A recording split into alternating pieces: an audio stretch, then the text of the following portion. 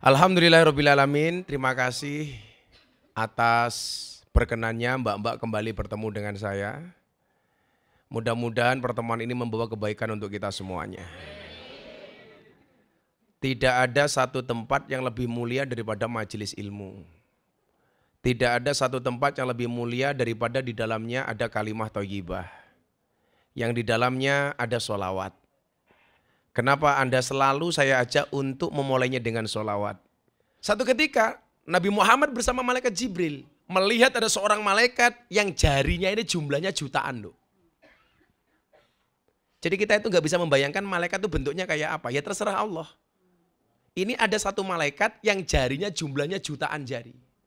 Nabi Muhammad bertanya kepada malaikat Jibril, Jib, apa mat? Kan mereka jape mede. Jape mede. Besti. Apa wahai kekasihku Muhammad? Itu siapa wahai Jibril? Kok ada malaikat jarinya banyak? Dijawab oleh malaikat Jibril, dia adalah malaikat penghitung hujan. Turunnya air hujan ternyata dihitung, Bu. Akhirnya Nabi Muhammad mendatangi malaikat ini. Hai bro, dijawab sama malaikatnya, hai guys. Bener kamu malaikat menghitung turunnya air hujan? Oh iya bener. Bisa nggak kamu menghitung jumlah air hujan yang turun? Bisa. Air hujan yang mana yang kamu hitung? Sejak awal dunia diciptakan sampai besok akhir zaman. Dan tidak satu pun air hujan itu terjatuh kecuali ada dalam hitunganku. Kemudian Nabi Muhammad SAW bertanya kepada malaikat ini, wahai malaikat, ada nggak jumlah bilangan yang tidak bisa kamu hitung? Dijawab sama malaikat ini, ada. Bilangan apa itu yang tidak bisa kamu hitung? Ketika umatmu bersolawat kepadamu, aku tidak bisa menghitung berapa jumlah rahmatnya Allah yang diberikan kepada orang yang membaca solawat. Coba tadi kita di awal baru membaca solawat nariyah sekali. Ketika itu kita lakukan, Gus, tapi saya nggak fasih. Orang cinta itu tidak harus fasih. Buktinya apa? Itu orang yang cangkeme suwing, nah, ya. Sing wedok jawab, tenan. Bahasa cinta itu tidak harus fasih. Ternyata rahmatnya Allah tidak bisa dihitung oleh malaikat penghitung jumlah tetesan air hujan. Ketika rahmat Allah diberikan kepada umat Nabi Muhammad yang bersolawat. Coba. Inilah kemudian keuntungan kita sebagai umatnya Nabi Muhammad. Ada kemudian orang-orang kayak saya yang fleksibel. Karena saya menggunakan pendapatnya Imam Al-Ghazali. Yang namanya kiai itu siapa? Alladzina yang zuruna ilal ummah bi'aini rahmah. Yang memandang semua umat dengan kacamata kasih sayang. Bukan kebencian. Ahli maksiat masih berhak masuk surga apa enggak? Pendosa masih berhak masuk surga apa enggak? Maka bahasa Gus Miftah apa? Surga dan neraka Allah ciptakan sama-sama untuk ahli maksiat. Surga Allah ciptakan untuk ahli maksiat yang mau bertobat. Sementara neraka Allah ciptakan untuk ahli maksiat yang tidak mau bertaubat. Makanya Allah itu luar biasa. Yang maksiat, yang ibadah semuanya dikasih. Makanya ada bahasa begini dalilnya. Innallaha yu'atid dunya ila man yuhibbuh wa man la yuhibbuh. Allah itu memberikan dunia kepada yang dicintai dan kepada yang tidak dicintai. Yang dicintai ya dikasih, yang tidak dicintai juga dikasih. Jadi kalau kamu, oh saya ini kaya, pasti Allah suka sama saya. Belum tentu. Yang enggak disukai Allah pun tetap dikasih. Tapi ingat diteruskan, walakin yu'tiddin ila man yuhibbuh.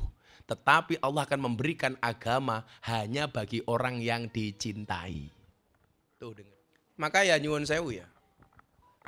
Ternyata kasih sayang Allah itu banyak diberikan kepada orang yang di dalam hatinya ada cinta dan kasih sayang. Ibadahmu pas-pasan, tetapi kamu enggak mempunyai rasa benci, itu jauh lebih istimewa.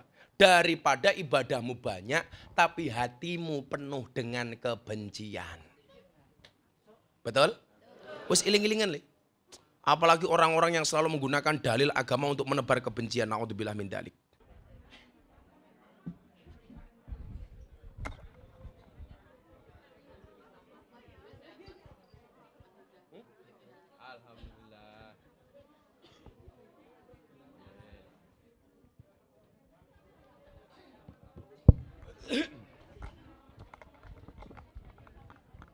Assalamualaikum warahmatullahi wabarakatuh.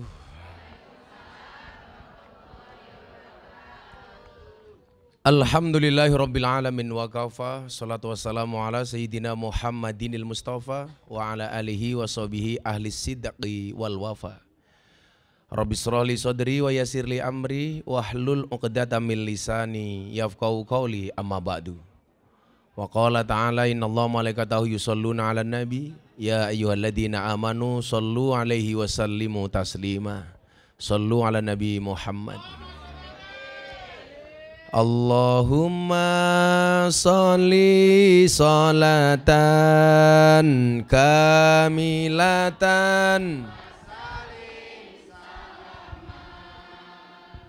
taman ala sayyidina Muhammadinil ladzi tanhalu bil qadu wa tanfariju bil kurabu wa tuqada bil hawaiju wa tunalu birrahaibu wa husnul khawatimi wa yustasqal ghamamu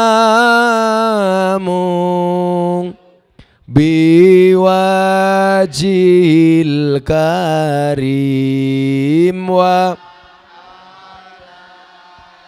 alihi wa sahbihi fi kulli lamhati wa nafasi wa nafasim bi'adadin kulli ma'lumilak.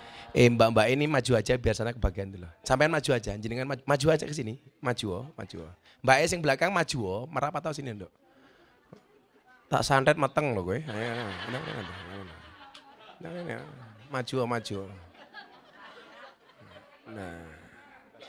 Maju dikit lagi nggak apa, Nduk, maju dikit lagi nggak apa-apa. Sedikit lagi nggak apa-apa. Mas Isap di sini jangan di situ, nanti dikira germo loh.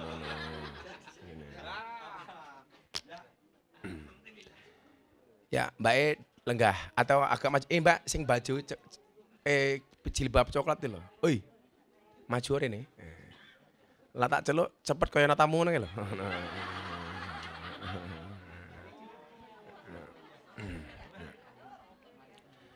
Kita mulai kajian kita malam hari ini dengan membaca suratul Fatihah bersama-sama. Mudah-mudahan sebesar apapun dosa kita Allah berkenan untuk mengampuninya. Rahmat dan kasih sayang Allah untuk kita semuanya. Ala hadiniyah al-Fatihah.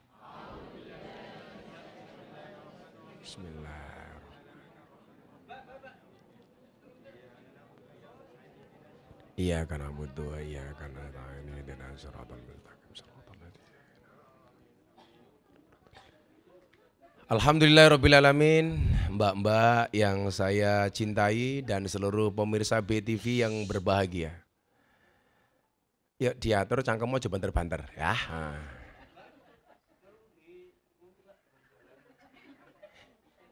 Ya udah Nduk, agak rapat ini. Rada maju Dek. Maju. Ayo Nduk maju. Ayo, maju sing mburi maju.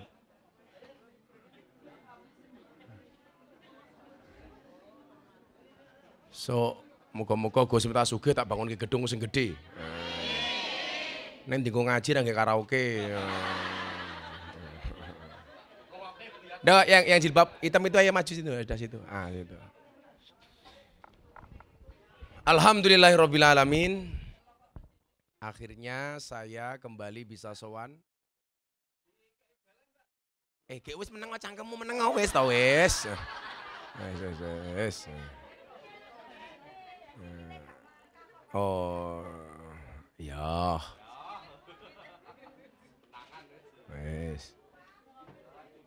Wis meneng apa kira mungkin iso ngatur wong wedok tak kandhani ra mungkin. Iki ngatur bojomu ra iso ngatur wong liya ora mungkin ini. Pon pencekap. Yang lain duduk di belakang nggak apa-apa. Coba yang di luar menyesuaikan, segera duduk. Kalau mau luas di Jalan Malioboro sana. Pon nggih, pon. Alhamdulillahirabbil alamin. Terima kasih atas berkenannya Mbak-mbak kembali bertemu dengan saya. Mudah-mudahan pertemuan ini membawa kebaikan untuk kita semuanya. Tidak ada satu tempat yang lebih mulia daripada majelis ilmu. Tidak ada satu tempat yang lebih mulia daripada di dalamnya ada kalimah thayyibah. Yang di dalamnya ada sholawat. Kenapa Anda selalu saya ajak untuk memulainya dengan sholawat? Disebutlah sebuah cerita, ada seorang malaikat yang paling dekat dengan Allah. Namanya malaikat Jibril. Kok mbaknya nyebut Israel, ini siap Pak ini.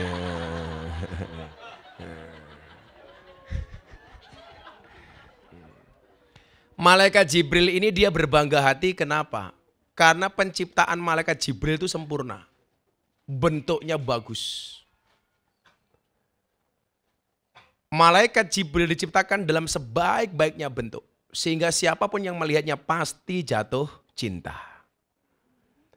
Jadi sebenarnya orang cinta dengan fisik yang bagus itu ya sebenarnya sah-sah saja. Walaupun bukan tolak ukur utama.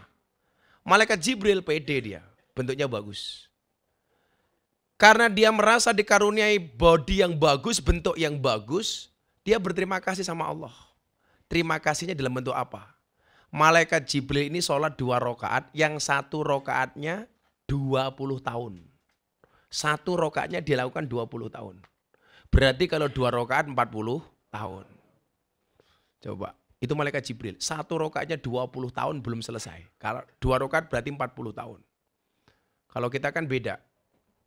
Kan biasanya mat kolam cing, komat teko salam pelencing.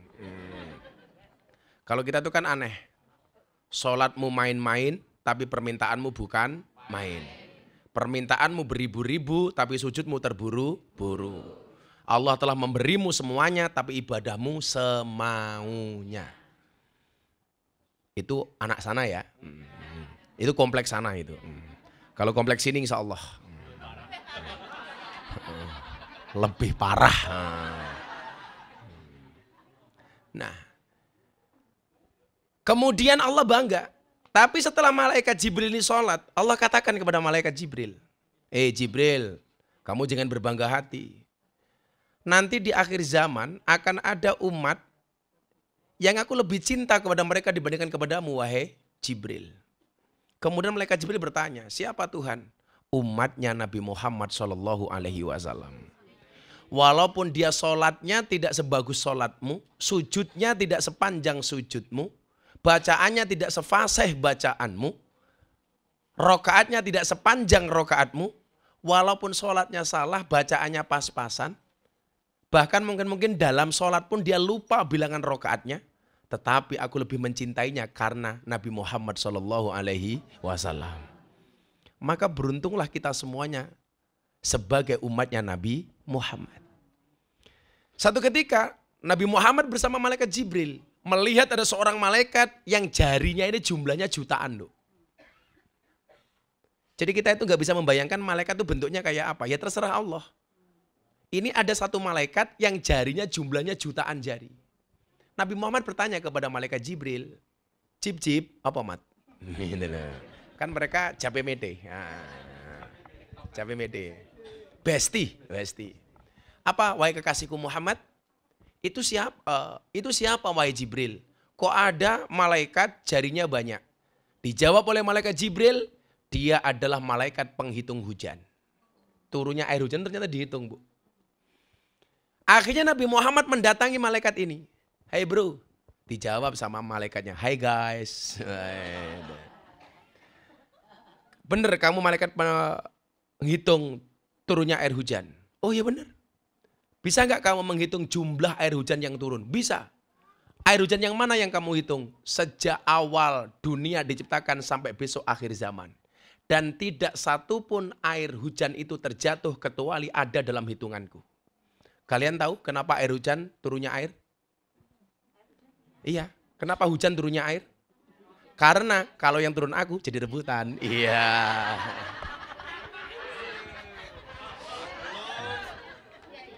Jajal aku mau rono. Mesti mau perkosa. Dompetku iso hilang. Tapi insya Allah hari ini, malam ini, jam ini nggak ada copet. Kenapa? Karena copetnya di sini semua.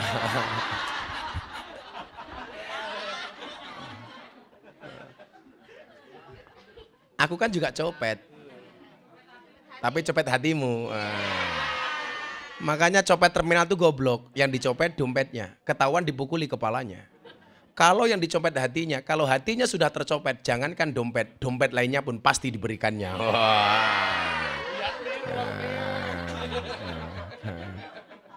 Langsung nyoh.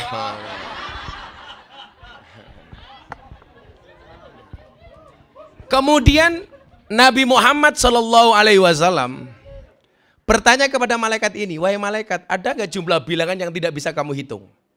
Dijawab sama malaikat ini, ada. Bilangan apa itu yang tidak bisa kamu hitung? Ketika umatmu bersolawat kepadamu, aku tidak bisa menghitung berapa jumlah rahmatnya Allah yang diberikan kepada orang yang membaca solawat. Coba tadi kita di awal baru membaca solawat nariyah sekali. Ketika itu kita lakukan, Gus, tapi saya nggak fasih. Orang cinta itu tidak harus fasih. Buktinya apa? Itu orang yang cangkeme suwing. Nah. Yeah. Sing wedok jawab, "Heeh tenan." Bahasa cinta itu tidak harus fasih. Oh, apalagi mbak-mbak sarkem, nggak butuh bahasa fasih, yang penting dompet yang tebal. Ternyata rahmatnya Allah tidak bisa dihitung oleh malaikat penghitung jumlah tetesan air hujan. Ketika rahmat Allah diberikan kepada umat Nabi Muhammad yang bersolawat. Coba. Inilah kemudian keuntungan kita sebagai umatnya Nabi Muhammad. Akan saya bacakan satu hadis yang lebih komplit. Tadi di klub itu cuma saya ambil depannya doang. Bagaimana kemudian Allah menciptakan rahmatnya untuk kita semuanya. Dan kita ini mohon maaf, saya yakin termasuk orang yang dapat kasih sayangnya Allah di dunia kok. Amin. Coba kalau nggak ada kasih sayang Allah, kira-kira Allah mampu nggak menghentikan tamu tidak datang ke Sarkem? Kira-kira bisa apa enggak? Bisa. Tapi nyatanya Allah masih mengizinkan banyak tamu yang bergentayangan di Sarkem.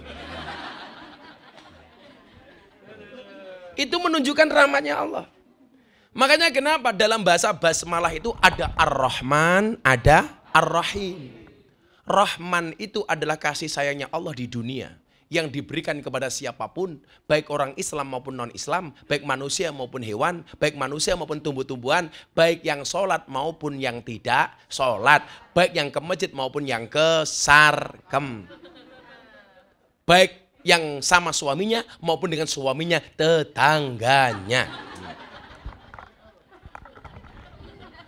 Semuanya dikasih sama Allah. Jadi begini loh, Dok. Kok kamu malah, bukan, dia malah, kok itu aku banget.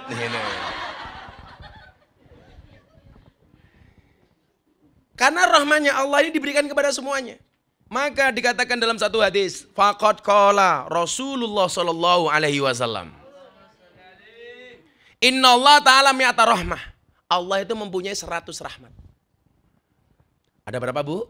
100.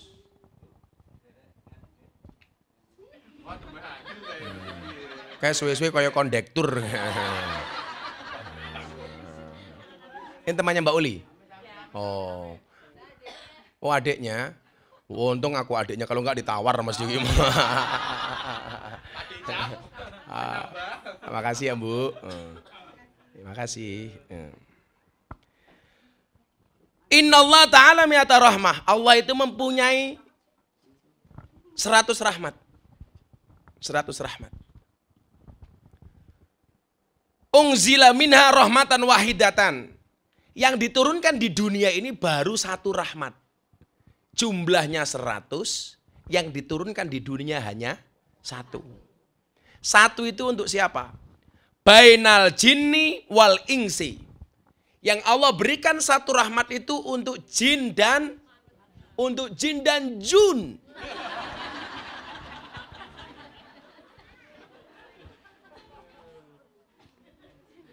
Kan kemarin heboh gara-gara ada penampakan pengajian di belakangnya Gus Miftah. Oh. Orang berspekulasi, itu siapa? Ada yang jawab Dewi Lanjar. Itu siapa? Ratu Kidul. Saya ditanya sama wartawan, gimana Gus? Ya saya bersyukur, Nyi Ro Kidul sudah bertaubat. Nah, ternyata Nyi Ro Kidul sudah mulai mau ngaji.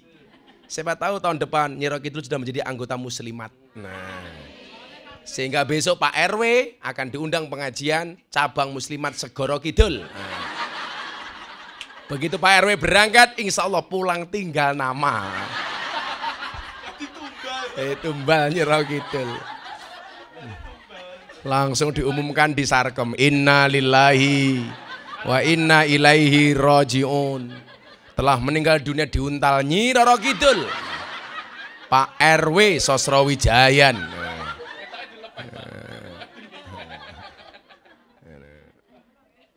Tapi apapun itu saya sayang sama Pak RW. Kan dari dulu bantu saya itu. Maka saya yakin Pak RW itu orang baik. Maka saya berwasiat, tolong Pak RW jangan dikubur sebelum mati.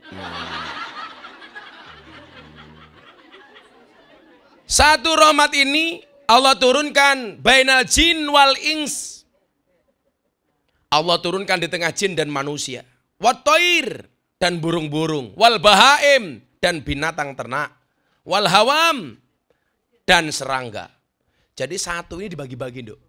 Ya menungso ya dapat, jin dapat, burung dapat, binatang dapat, serangga dapat. Termasuk kecoa itu juga dapat rahmatnya Allah. Makanya kenapa kalau di kamar mandi itu ada kecoa di kamar saya nggak berani bunuh. Saya nyuruh santri. Saya nggak tega. Kan bodiku Rambo, hatiku Romeo. Wow. Body atletis, hatinya Teletubbies. Lade pada tapi beda. Bodinya pria, hatinya waria.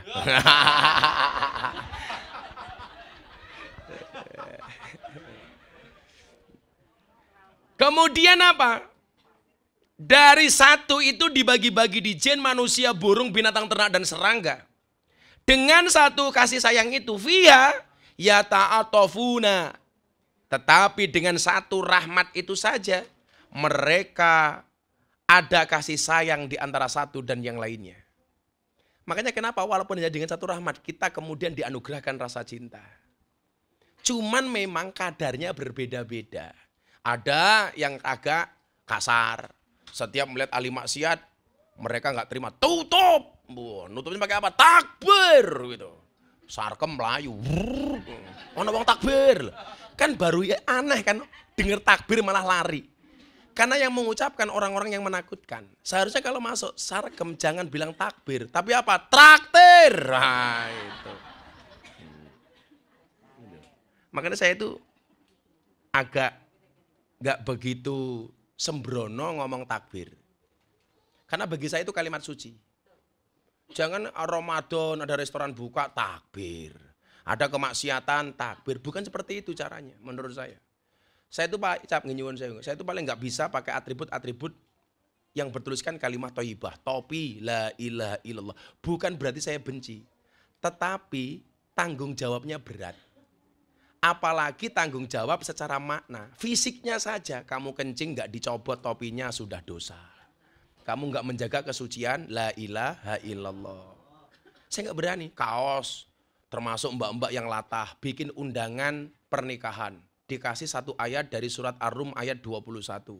Wa min ayatihi an khalaqalakum min anfusikum azwajan. Pertanyaan saya, fungsi ayat dalam undangan itu untuk apa? Padahal faktanya kalau undangan sudah dibaca, pasti dibuang. Berarti apa? Dia membuang ayat. Boya kalau bikin undangan, biar kelihatan islami Gus. Kalau pengen kelihatan islami jangan ayatnya yang ditulis. Kamu di pelaminan wajahmu dilukis kayak kubah masjid. Biar kelihatan islami banget gitu loh. Ngapain harus mengorbankan ayat? Mbak kalau bikin undangan itu ya sederhana saja. Mohon adanya di pernikahan kami Pulung dengan Mbak Sarkem umpamanya kan itu loh. Hari Jumat tanggal 15 2023 bawahnya ditulisi mohon 200.000. Wes ta? Uang faktanya mohon doa restu dikasih restu nggak dikasih 200.000 juga nggak berkenan kok. Gitu loh. Betul Bu? Gitu. Besok kalau kamu menikah ya. Loh siapa tahu kan ada jodoh lagi kan. Wahai para janda ingatlah bisa jadi cinta pertamamu meninggalkan luka. Tapi yakinlah cinta keduamu insya Allah menghadirkan surga. Iya. Karena kalau nikah dengan janda tidak ada malam pertama adanya malam terusan.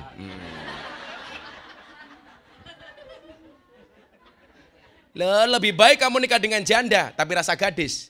Daripada kamu nikah dengan gadis tapi rasa janda. Ya. Orang nambah lu di, orang nambah lu.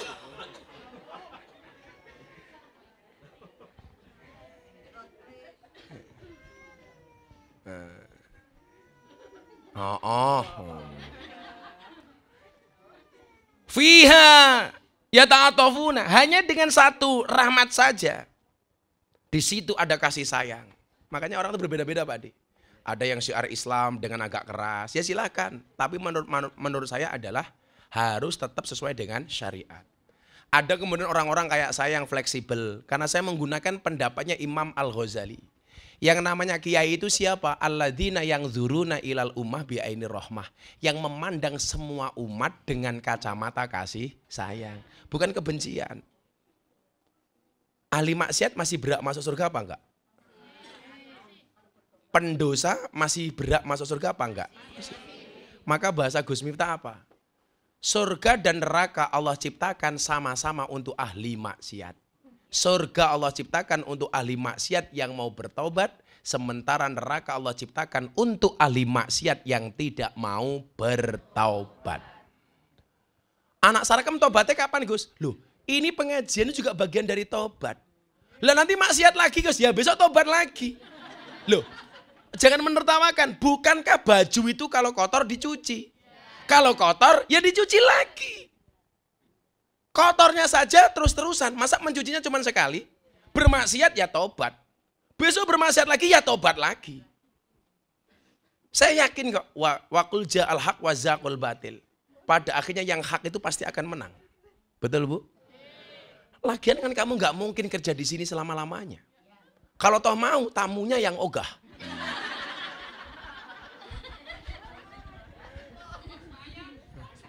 Expired cangkemmu ya ora.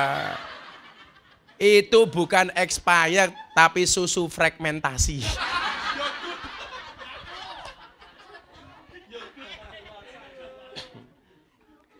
Jadi ada orang yang keras, ya mungkin dapatnya rahmatnya tadi kecil. Ada orang yang fleksibel kayak saya yang tidak kemudian harus marah-marah, harus angkat pedang, harus bawa gepuan, tapi cukup bawa mic sama nasi bungkus. Yang hari ini disponsori oleh Mutia. Wah, dia Mbak aku dapat pahalanya Gus, aku ikut. Kalau nggak ikut, aku juga bisa, kan uangku banyak. Makanya nanti yang tanya tak kasih uang. Jadi kamu dapat uang nggak harus nunggu tip di room karaoke. Cukup dari Gus Miftah. Tapi biasanya kalau sama cewek saya nggak mau ngasih hadiah, maunya ngasih nafkah. Ya. Langsung, aku mau dong. Lawang sak meneh mbane boyokku locok kok.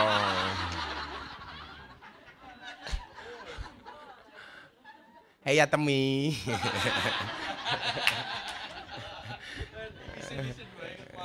Ya Temi tambah lemu Mimi. Gak apa-apa Bu, kalau bilang gemuk, sorry aku gemuk karena makan nasi. Daripada kamu kurus makan hati. Iya, gitu Mi. Kamu gak gemuk kok, kamu masih muat di hatinya.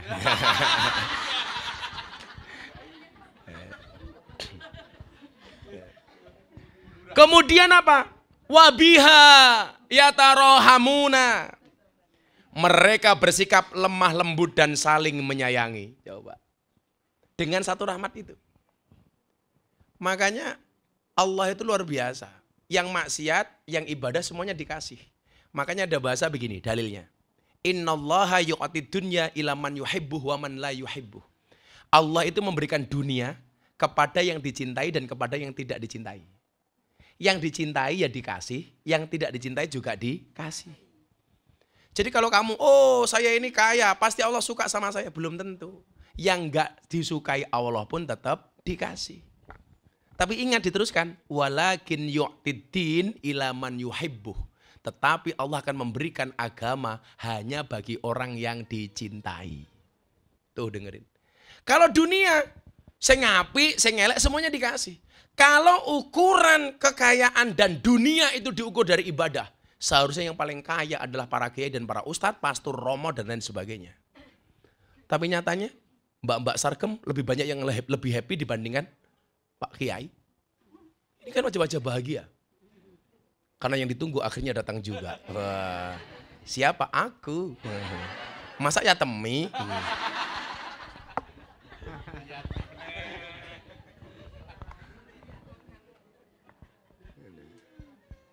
Jadi gitu. Satu saja dunia seindah ini, Dok.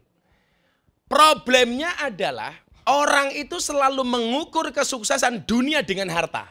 Betul?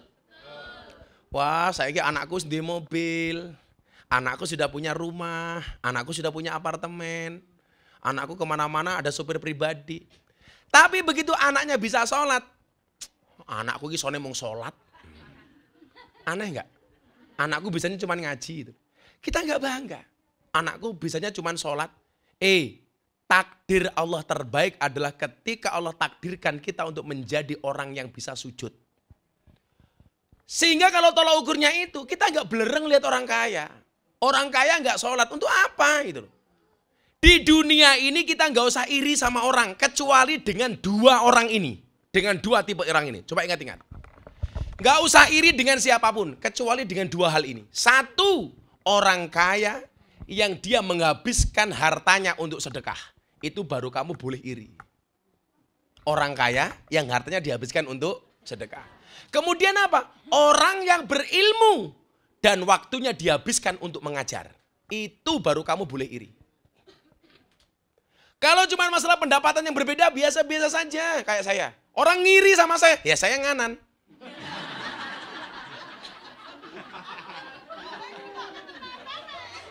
Lah iya, kalau ada orang ngiri, saya ngiri, malah namanya konvoy.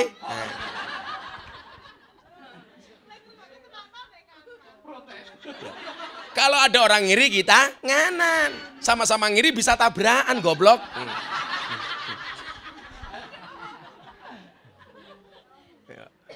Santai aja, Dok.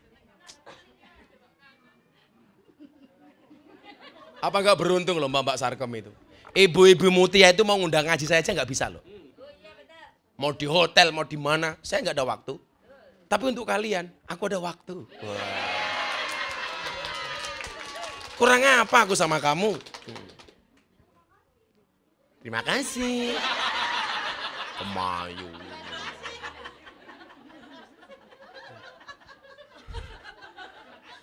Karena saya punya prinsip. Melupakan Allah itu dosa, melupakan orang tua itu durhaka, melupakan Mbak Sarkem mana bisa. Iya.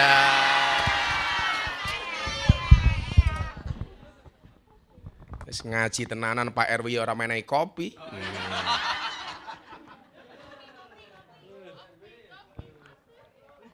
Kita doakan Pak RW-nya segera masuk surga. Amin.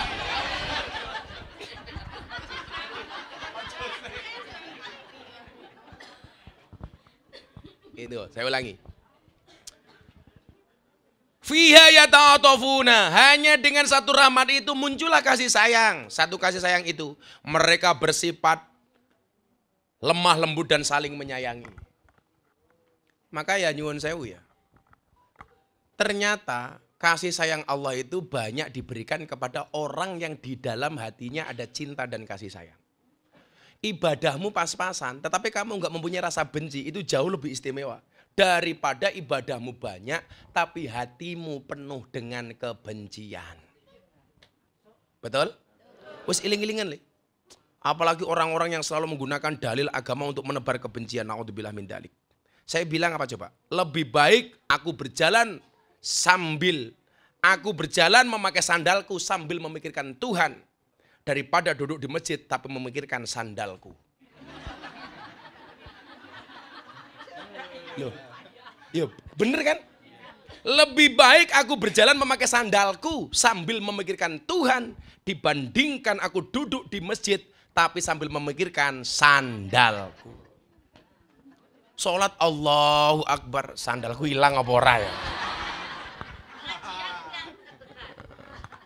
Ayo. Lebih baik aku nongkrong di mall tapi ingat dengan Tuhan. Wah, ya kan? Daripada aku nongkrong di masjid tapi ingat mbak-mbak sarkem. Wah. Jadi mbak-mbak gitu ya. Tolong jangan ada kebencian lah. Saya itu lebih baik dibenci daripada saya membenci. Kalau Anda lihat YouTube saya atau lihat di siaran saya Jalan Dakwah Gus Miftah BTV itu. Dulu masih ingat kan, kalau mau tidur Gus Miftah berdoa 4 hal. Coba mbak-mbak praktekkan lah. Lah mbak-mbak bingung lagi jawabnya. Gimana saya mau praktekkan Gus? Kan saya tidurnya sama orang lain. Ya pokoknya dungongin lah. Doa yang selalu saya baca itu ya. Kenapa saya itu nggak pernah benci sama orang? Saya punya prinsip lebih baik saya dibenci daripada saya membenci. Lebih baik saya dizolimi daripada saya menzolimi. Lebih baik saya ditipu daripada saya menipu. Lebih baik saya dipukul daripada saya memukul. Faktanya dari dulu saya bergaul dengan anak-anak dunia malam. Dengan bapaknya Mas Yuda, Babe Gunjek.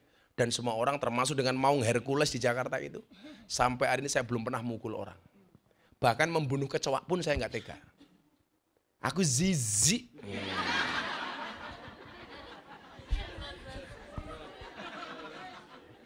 Beneran saya nggak berani saya. Nggak berani.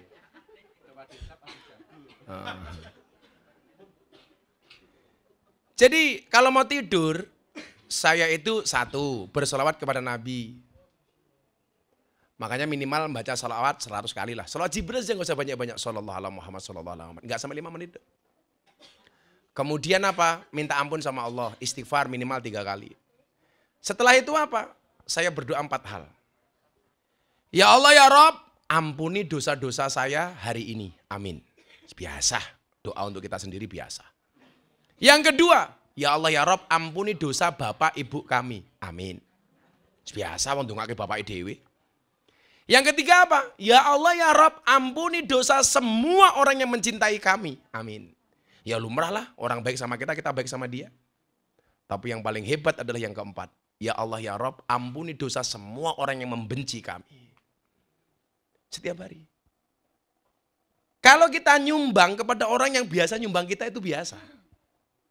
Kita memberi kepada orang yang biasa memberi kita itu biasa. Neraktir kepada orang yang biasa neraktir kita itu biasa.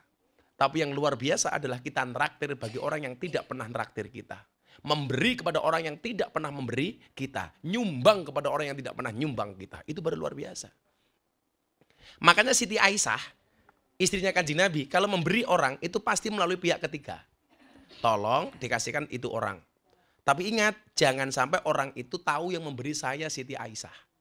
Ketika ditanya, kenapa demikian? Wahai Siti Aisyah, karena kalau dia tahu yang memberi saya, maka dia merasa nggak enak dan pasti berusaha membalas kebaikan saya. Tetapi kalau dia tidak tahu yang memberi saya, siapa yang membalas kebaikan saya? Allah. Makanya kenapa saya itu kalau ditipu nggak pernah benci? Karena saya meyakini yang nipu saya itu juga hambanya Allah. Kalau anak menipu bapaknya saja bertanggung jawab. Kalau hamba Allah menipu, siapa yang tanggung jawab? Allah. Benar nggak logikanya? Anakmu nipu aku, kamu sebagai bapak yang bertanggung jawab. Kira-kira bapak tanggung jawab enggak? Gus, maaf gih, anak saya bohong sama Gus Miftah. Saya sebagai orang tua akan bertanggung jawab. Ini orang tua yang kebaikannya tidak ada apa-apanya dibandingkan kebaikannya Allah. Bagaimana kemudian yang menipu kita itu hambanya Allah. Masa Allah nggak bertanggung jawab? Orang mungkin. Padake Pak RW.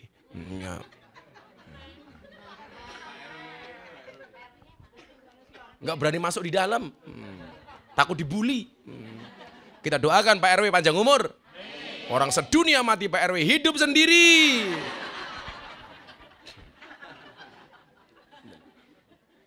Coba. Itu alasan kenapa saya selalu ya ta'atofun, ya tarohamun. Saya sayang saja Pak Deicap. Loh Pak Deicap kan tahu toh perjalanan karir saya seperti apa dulu. Dari awal bagaimana orang menghina saya. Miftah nasabe ra jelas anak Kiai sopo. Gayanya bikin pesantren. Tapi mohon maaf itu ternyata vitamin. Makanya kenapa dulu ada Gus yang bilang dasar Miftah Gus telek. Loh saya seneng. Telek itu sakti. Buktinya apa? Nggak ada orang yang berani nginjak-nginjak telek. Ayo. Loh betul. Bahkan telek itu bisa membuat telek itu sakti. Buktinya orang nginjak langsung dingklang. Aduh telek.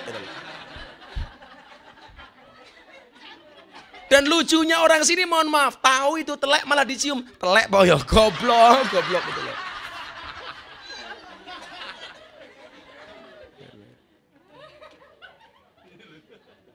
Jadi kadang-kadang Dok, tumbuhan itu bisa subur. Kenapa? Ya karena ada pupuk. Pupuknya teleknya bau. Omongan-omongan orang yang bau ke kita itu pupuk. Maka begitu kita subur, jadilah seperti mangga. Kenapa mangga? Mangga itu dilempar dengan kayu, dilempar dengan batu, yang diberikan apa? Buahnya. Semakin kita dijelekin sama orang, kasih kebaikan. Ingat, bukan ombaknya yang besar, tetapi perahunya yang terlalu kecil. Bukan ujiannya yang besar, tapi iman kita yang terlalu lemah. Kita tidak bisa ngatur ombak, tapi kita bisa belajar berselancar. Kita tidak bisa ngatur omongan orang kepada kita, tetapi kita bisa ngatur bagaimana menghadapi omongan orang lain kepada kita. Ketika kita diajar prinsipnya apa? Badai itu datang tidak untuk mengganggu hidupmu, tapi untuk membersihkan jalanmu. Nyatanya mohon maaf, kalau Anda pernah ke Eropa, salju itu bisa bersih kalau ada badai. Makanya ya, kalau Anda lihat dari dalam zaman dulu kita ngaji, semakin lama, Gus Miftah semakin ganteng. Iya, karena kenapa saya good looking? Karena good rekening. Karena sekarang cowok yang good looking kalah sama dengan cowok yang good rekening, betul? Karena berangkat dari cowok yang good rekening bisa menjadikan wajahmu glowing. Dan di balik wajah istri yang glowing ada suami yang golong komeng.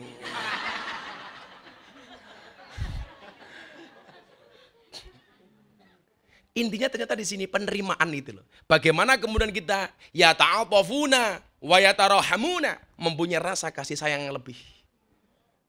Gitu loh. Tapi ya aja mau terima mentah-mentah. Nanti ada tamu datang ke kamu nggak bayar, kasih sayang. Sebulan bangkrut gue ini. Nah, kemudian dilanjutkan lagi. Ngaji hadis enak dia cuma di Sarkem. Ya cuma sama saya. Coba kalau ngaji di luar Pak Deicap ya. Wah, saudara-saudara, kita harus beramar ma'ruf nahi mungkar. Semua kebaikan harus kita tegakkan. Yang mungkar kita perangi, takbir.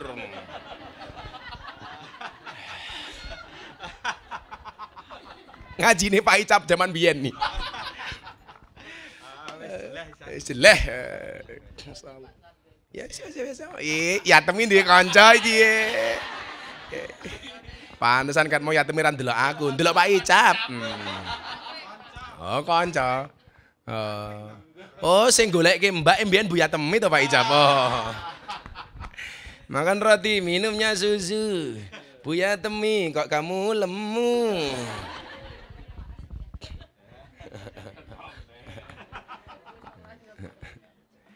Kemudian dilanjutkan dengan kasih sayang satu itu di dunia. Wa akharu tis'an wa tis'in. Yang lain 99 rahmatnya Allah. Dikatakan apa?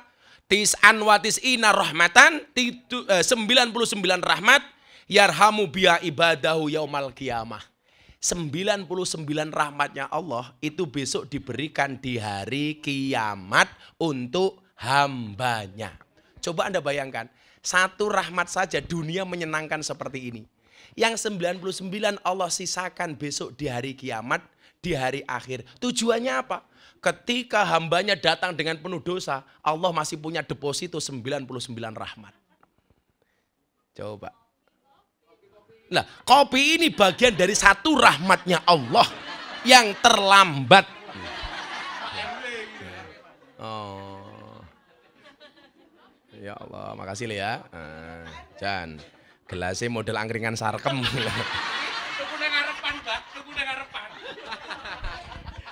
Ya Allah, Kiai ini keren cangkemnya kayak ngene ya Allah. Saya ulangi ya, satu aja di dunia seperti ini indahnya. Yang 99 oleh Allah dijadikan besok deposito di akhirat. Sehingga apa? Disitulah kemudian kita optimis. Bahwa semua orang yang pernah berbuat baik, beribadah pasti masuk surga. Amin. Sekecil apapun itu. Kenapa? 99.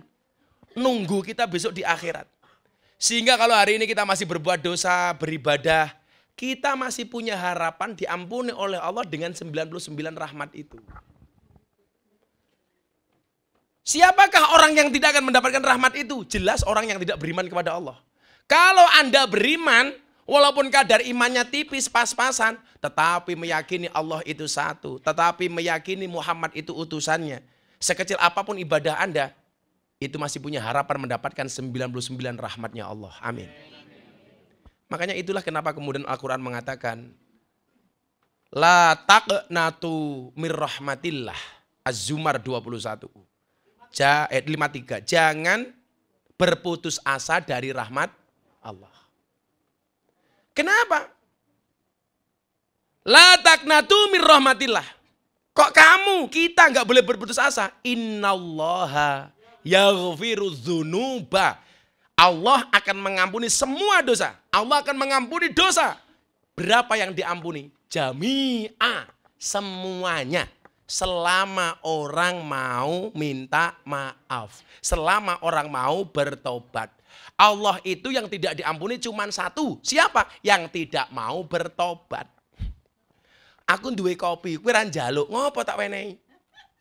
Lah Allah menjaluk mesti diwenehi. Kalau wong sarkem nembung keri.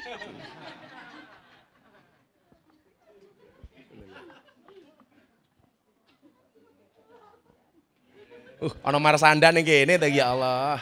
Hei Marsanda. Mbah sapa jenenge lali aku? Mbah Surip. Mbah Surip. Surip ndekem ning kono Terakhir ki Mbah Surip tak wenehi apa tak kae?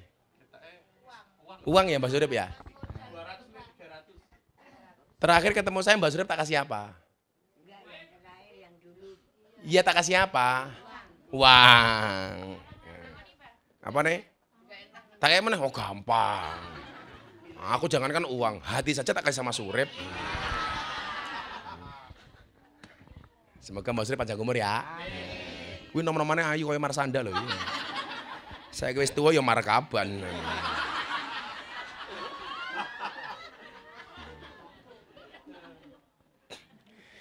Kemudian dari hadis ini, Imam Al-Ghazali mengatakan begini, ingin membangkitkan husnudon dan harapan para pendosa kepada Allah. Husnudon, dosanya pasti diampuni. Yaghfiru dzunuba, diampuni dosanya, lanjutannya apa? Jami'a, semuanya. Satu-satunya dosa yang tidak bisa diampuni cuma satu. Innallaha la yaghfiru ayyushraka bihi wa yaghfiru ma duna dzalika liman yasha. Satu-satunya dosa yang tidak bisa diampuni adalah syirik, menyekutukan Allah. Arep mangkat ning sarkem supaya laris nyembah pohon. Wahai Sang Hyang Gentayangan, berikan auramu kepadaku. Wow, icikiwir. Jadikan tamu-tamu yang datang kepadaku, begitu melihatku, melihat Mbah Surip serasa melihat Lucinta Luna.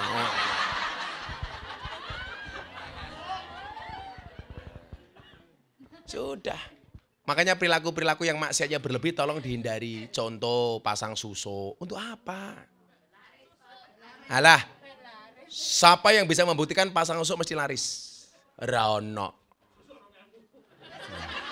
Kuwi jujul goblok.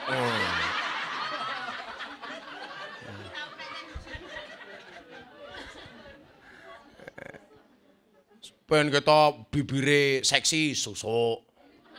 Ngono, bokonge ketok bahenol susuk. Wis.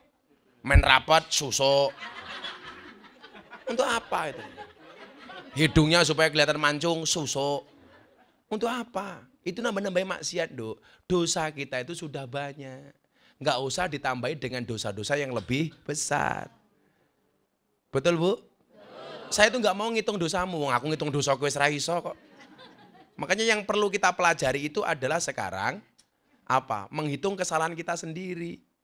Karena kalau menghitung kesalahan orang lain nggak usah belajar, sudah pinter. Betul? Nah, ya kita hitung kita sendiri saja. Nah, Imam Al-Ghazali mengatakan apa? Husnudon. Harapan para pendosa kepada Allah, terutama mereka yang telah mencapai setengah baya. Ayo, masih tua-tua lagi. Ayo, Yatemi, Surip. Mbak Surip umurnya berapa? 62. Ya setahun meneh. Alhamdulillah gitu loh. Setahun lagi pengajian terus gitu loh.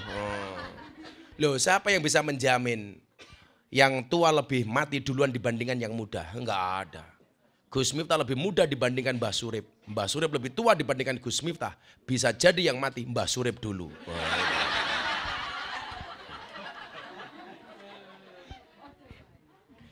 Jadi kalau ada orang tua yang merasa dosanya banyak, suudzon sama Allah. Berbuat sebaik mungkin, banyak beristighfar. Ya Allah, saya yakin Engkau akan mengampuni dosa saya, ya Allah. Saya tuh nggak pernah berkecil hati kalau seandainya dikatakan Miftah, sujudmu nggak diterima sama Allah. Saya terbangga kok. Minimal saya sudah dijadikan oleh Allah, ditakdirkan untuk bisa bersujud. Karena di luar sana masih banyak orang yang tidak mau sujud. Makanya optimis saja.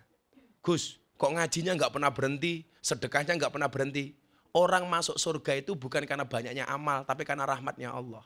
Lah, saya nggak pernah tahu dari sekian banyak yang saya lakukan, dari sekian banyak sedekah saya, dari sekian banyak panggung pengajian saya, sedekah mana yang mendatangkan rahmatnya Allah.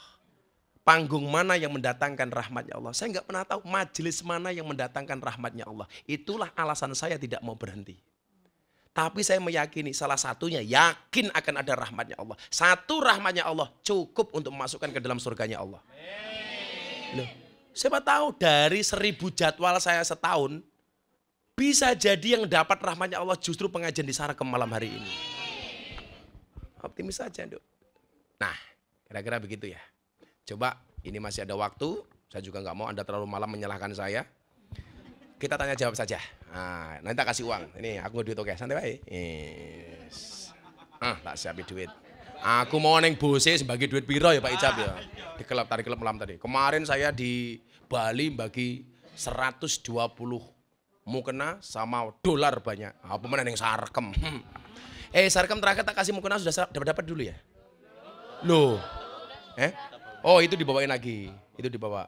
Diturunin dong. Nanti kalau belum kebagian tak kasih lagi. Saya ikhlas syaratnya untuk sholat ya. Bukan untuk lap ya. Kalau lap saya nggak mau. Lemet ajar. Malah lemek. Ya ada pertanyaan silakan tak kasih uang. Ya kayak Mbak E dulu yang pakai masker. Aku tahu kamu pakai masker kenapa? 1 mungkin karena takut corona. 2 mungkin takut kamera. 3 mungkin merongos. Dikasih mic dong, dikasih mic. Halo, Assalamualaikum. Assalamualaikum Pak Gus Miftah, Abah Gus Miftah. Waalaikumsalam. Selamat malam untuk para hadirin sekalian. Wah, katanya vokalis dangdut perkenalkan ini. nama kami Ida dari Magelang. Ida aslinya dari Magelang. Magelang deketnya. Aslinya sana. Iya, terus kerja di aslinya sini. sana. Deketnya Mbah Dul Hamid. Kajoran? Ya, Masya kajoran. Betul ya. Cah kajoran kok ning Sarekam ki ya ngopo? Iya. Kami mencari nafkah. Oh, cari nafkah. Cari nafkah yuk, cari nafkah. Ya. Kami mau bertanya, Mbak. Kami mau berjawab. Cari nafkah di Sarekam udah berapa lama? Udah dari tahun 2004. Oh, sejak cantik dulu ya. Iya. Ini bukan tuwek sih, super senior. Iya. Kami mau bertanya, Mbah. Ya. Bolehkah Bah, orang bukan mbah. Ya. Mbah. Ya. Bolehkah kami bertanya, Mbah? Oh, boleh. Kalau orang Islam itu mendoakan orang Kristen boleh atau tidak? Oke. Orang yang sudah meninggal maksudnya. Orang beragama lain kita doakan sudah meninggal gitu ya? Ya. Oke. Bu, ngeten tak Terima contoh. kasih. Sama-sama. Kembali kasih. Bu Ida punya suami? Janda. Oh, janda. Iya. Pantesan suaranya ngebas. Kan janda. Janda semakin di depan. Karena memang hidup ini indah bila disertai dengan janda dan tawa. Ya itu maksudnya aku. Dalam surat At-Taubah disebutkan begini. Wala tusalli ala ahadim minhum mata abadan wala taqum ala qabrih. Janganlah sekali-kali kamu Muhammad mendoakan, mensolatkan orang yang mati salah satu di antara mereka. Yang dimaksud salah satu di antara mereka siapa? Satu orang munafik, dua orang yang beda agama. Kalau sudah mati nggak akan nyampe. Kamu punya teman non-Islam, kamu doakan. Kalau masih hidup boleh. Ya Allah berikanlah hidayah kepada dia. Sebagaimana Nabi Muhammad mendoakan pamannya, boleh. Tapi kalau udah mati urusannya sendiri-sendiri. Contoh yang paling gampang, saya punya nomor HP, nomornya mereknya A, isi SIM cardnya. Kamu ngirim transfer pulsa mereknya B, kira-kira bisa masuk apa enggak? Enggak. A ya sama A, B ya sama B. Lah kalau masih hidup boleh kita mintakan hidayah. Ya Allah, aku punya saudara non-Islam, aku minta hidayah untuk dia ya Allah. Lah urusan dikasih apa enggak itu urusan Allah.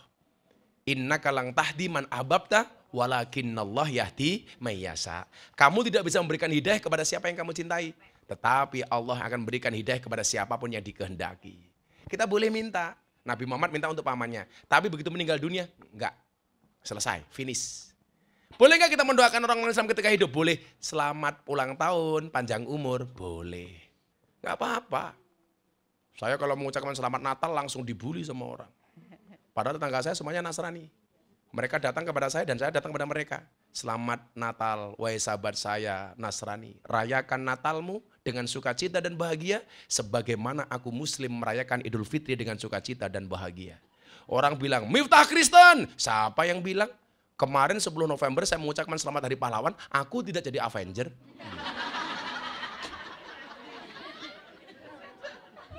Kamu yang jomblo mengucapkan selamat menikah tetap jomblo. Biasa-biasa aja. Jadi kalau sudah meninggal, finish. Termasuk orang munafik. Maka pejabat yang korup itu munafik. Kenapa kok munafik? Wa idza wa'ada akhlafa. Dia kalau berjanji tidak pernah ditepati. Dulu janjinya tidak korupsi. Kenapa dia korupsi? Berarti kalau mati pejabat seperti itu nggak usah disolati. Wirungokno pejabat-pejabat itu. Padahal kabeh korupsi ya katanya. Orang Indonesia itu aneh Bu. Takut dengan makanan haram, tapi tidak takut dengan uang haram. Ada babi, zizi. Ada uang korupsi, hantam. Oh, ratakan. Lah ana babi wedi. Anda tahu babi itu mengandung apa?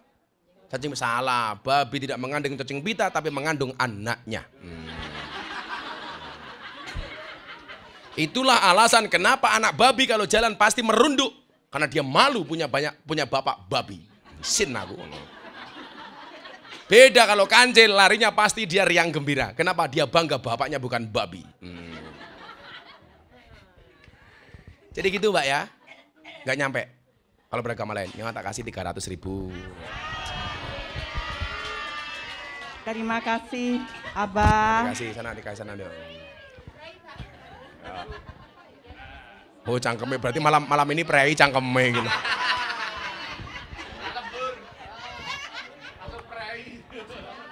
Ada lagi? Ayo, saya perhatikan mbak-mbaknya.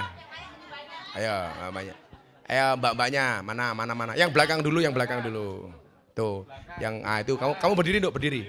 Nah, itu. Kasih sana mic-nya itu. Diranteng mic-nya.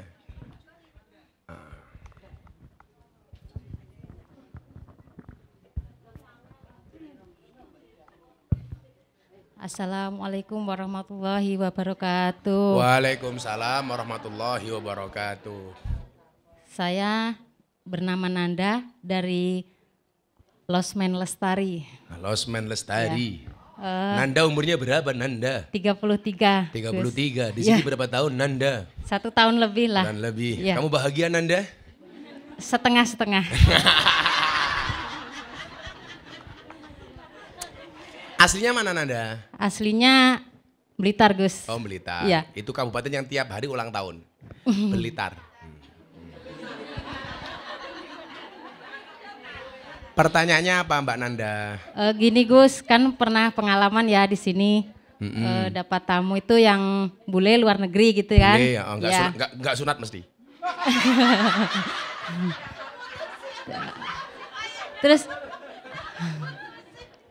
Terus? Gini Gus, kan dia tanya, kamu muslim? Ya. Terus kamu punya anak? Ya, ada gitu. Terus kamu kerja di sini cari apa? Gitu. Money, uang gitu. Ya, gitu kan. Money apa? Terus dia bilangnya seperti ini, kalau Indonesia ini agama Islamnya bagus. Karena kalau yang seperti saya bekerja di sini, kamu mencari uang itu dihalalkan. Karena apa? Kamu mencari uang buat nafkah anakmu, juga orang tuamu. Tapi kalau di luar negeri itu diharamkan. Karena apa? Uangnya dibuat beli handbag katanya, buat kesenangan dia sendiri. Makanya kalau di luar negeri itu diharamkan. Bekerja seperti saya katanya, seperti kalau di sini itu. dihalalkan. Gitu. Dihalalkan katanya. Yang ngomong bulenya itu. Iya. Tak tahu wabu cangkeme wong.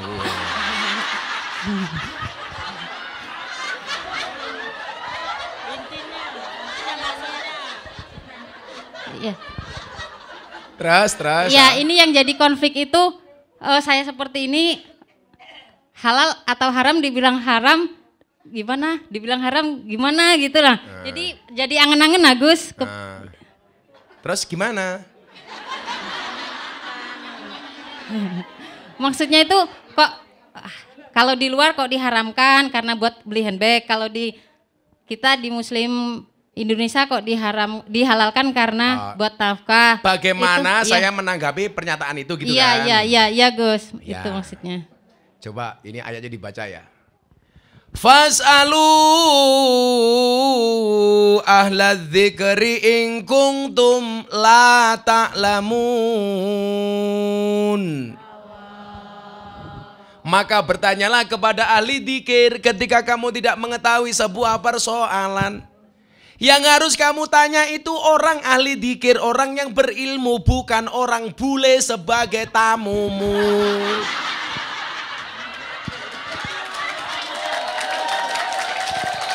Maka kalimatnya Gus Miftah apa, Nduk? Rungokno dhisik. Gini Gus, maksudnya saya si bulinya itu ngasih tahu saya gitu loh. Iya makanya saya tahu.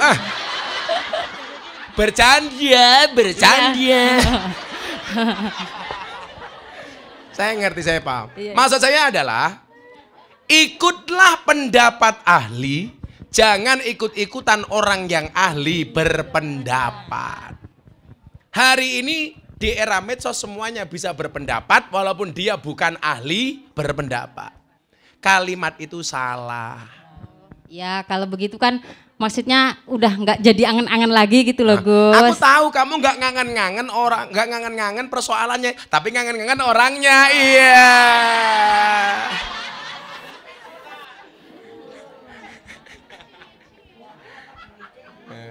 Jadi Mbak Surip, orangnya apa duitnya? Iya. Surip tahu aja. tak kasih tahu dikit ya, tak kasih bocorannya. Hadis itu jumlahnya kan jutaan. Menurut Imam Abu Dawud, itu hanya diringkes kepada 4 hadis saja. Yang pertama, innamal a'malu binniyat, segala sesuatu tergantung niat dan tujuannya. Kemudian yang kedua apa? Min husnil islamil mar'i tarkuhu ma la ya'nihi. Kebaikan dari seorang muslim itu adalah meninggalkan yang tidak ada manfaatnya. Yang ketiga apa? Al halalu bayyinun wal haramu bayyinun. Yang halal itu jelas dan yang haram itu jelas. Nggak bisa nduk halal sama haram jadi satu, itu nggak bisa. Ya halal, haram ya haram. Nggak ada istilah remeng-remeng. Istilahnya subhat ada. Wa bainahuma subuhatun. Di antaranya adalah subhat. Nah, yang kita lakukan ya kalau halal ya bilang halal, haram ya bilang haram. Kamu bilang begini, Tuhan saya ngerti pekerjaan saya ini haram. Hasilnya mungkin juga tidak baik, haram. Tapi Tuhan, saya belum bisa meninggalkan ini. Kenapa? Karena ini saya menafkahi untuk anak dan istri saya, anak suami saya, anak mbok saya. Tolong Tuhan, berikan hidayahmu, tolong saya keluarkan saya dari tempat ini dengan nafkah yang lebih baik. Itu jauh lebih keren daripada sesuatu yang haram tapi kamu katakan halal. Kita nggak usah merubah yang sudah halal menjadi haram atau haram menjadi halal, dong. Jujur saja, ya Allah saya tahu. Saya karaoke, mabuk itu haram ya Allah. Tapi ini harus saya lakukan ya Allah. Saya minta kepadamu ya Allah, berikan saya solusi lain. Sehingga saya bisa menafkahi keluarga saya. Daripada mabuk halal. Caranya bagaimana? Bacakan bismillah dulu. Itu munafik itu. Sudah berdosa dia munafik lagi. Mabuk halal ala sarkam. Buka botol bismillahirrahmanirrahim. Mau mabuk Allahumma barik lana. Begitu mabuk, alhamdulillah. Enggak ada. Naudzubillahi min dzalik. Jadi gitu, Dok. Itu kalimat yang disampaikan oleh bulemu itu salah. Hasil dari nyarkem mau untuk keluarga, mau untuk senang-senang sama. Gitu loh. Cuman pasti Allah punya pertimbangan lain. Sing keluargane tenan iki, ngono. Sing mungkin seneng-seneng iki. Karena saya tahu kok basic orang kerja di klub malam, di lokalisasi, saya ngerti banget. Ada yang memang karena keadaan rumah tangga. Ada yang suka mabuk karena memang dia senangnya mabuk. Daripada aku tuku tak tadi LCY minimal mabuk gratis. Ada yang seperti itu. Itu loh. Tadi di klub tadi lucu lagi. Gus, kalau kita makan dan minum tidak habis kan mubadir. Mah modar ya aku ngono-ngono. Jadi kalau kita minum kan harus dihabiskan. Lah cangkemmu. Saya bilang mubadir itu berlaku untuk makanan dan minuman yang halal. Haram kok mubadir toh, cok aku ngono. Hari ini setan tuh banyak demo sama kita. Demo sama Allah. Tuhan saya demo. Bukankah khamr itu minuman setan? Kenapa diminum sama Mbak Sarkem? Lah saya minum apa Tuhan? Nah itulah protes dia akhirnya sama kita. Kira-kira gitu ya Mbak Nanda ya. Ya tolong aku sewu. Terima kasih Gus. Wassalamualaikum warahmatullahi wabarakatuh. Ayo Mbaknya lagi. Kasih Mbaknya Nanda itu. Itu Mbaknya yang tengah jilbabnya maskernya hitam, jilbabnya hijau. Lemonti ya kamu. Agak ndangak didik Duk, men ketok ndasmu ya. Assalamualaikum warahmatullahi wabarakatuh. Nama saya Eca, asli dari Klaten. Klaten. Ya. Eca nama asli apa samaran? Mau tanya Gus, kita kan di sini kan katanya cari uang haram ya, uang haram. Tapi kan kita kamu bahasanya begini. Kita kan di sini cari uang haram, jangan begitu. Iya. Kita kan di sini cari uang, sudah. Oh iya. Nggak usah kamu tambahin halal uang iya. gitu saja. Kan itu buat apa? Buat anak sama suami ya. Itu nanti. Kamu punya suami? Iya. Oh oke, menang. Nah. Sabar. Terus. Endi bojone?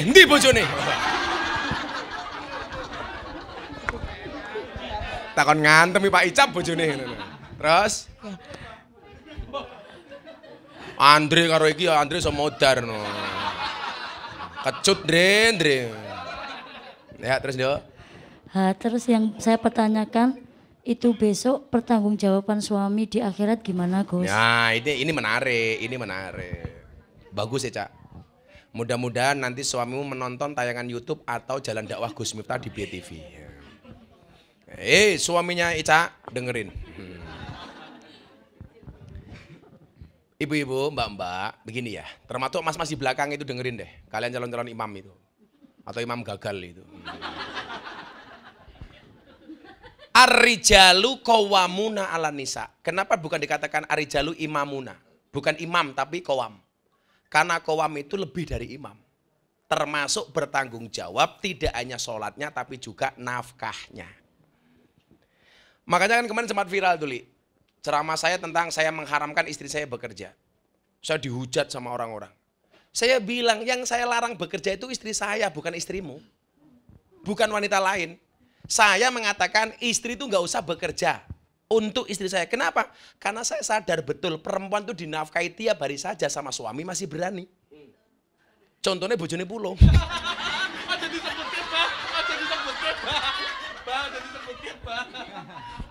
Pulung sana loh, Lampung sana loh.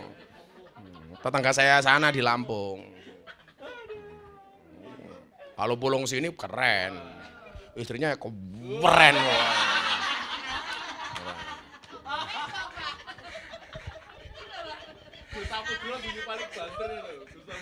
Qawwam itu tanggung jawab. Saya bilang sama istri saya, cukuplah aku menjadi tulang rusuk, cukuplah kamu menjadi tulang rusukku, biarkan aku menjadi tulang punggungmu. Karena suami itu tulang punggung, bukan tulang tulung.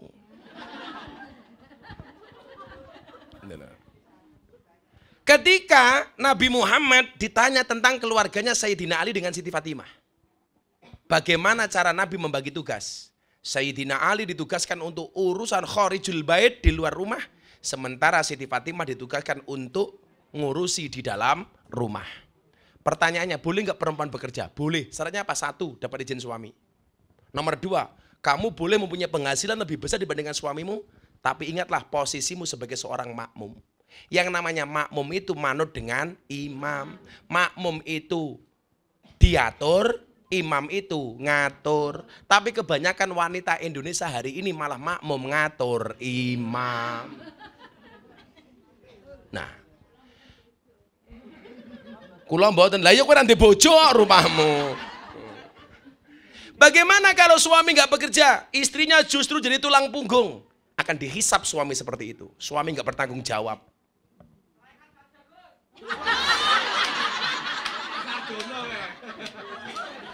Persoalannya perempuan itu nggak punya hak untuk menceraikan. Yang bisa mengadukan gugatan ke pengadilan. Pertanyaannya begini, kenapa Islam tidak memberikan hak menceraikan bagi perempuan? Karena perempuan itu 86% didominasi dengan perasaan. Jadi kalau perempuan dikasih hak untuk menceraikan, saya yakin perceraian akan sangat tinggi.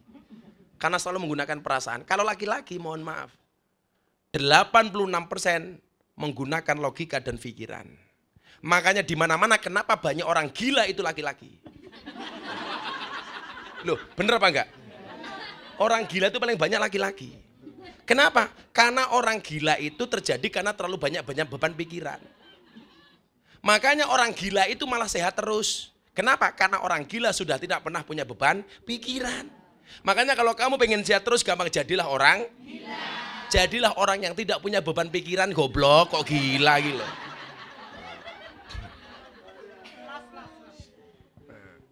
Gitu Nduk.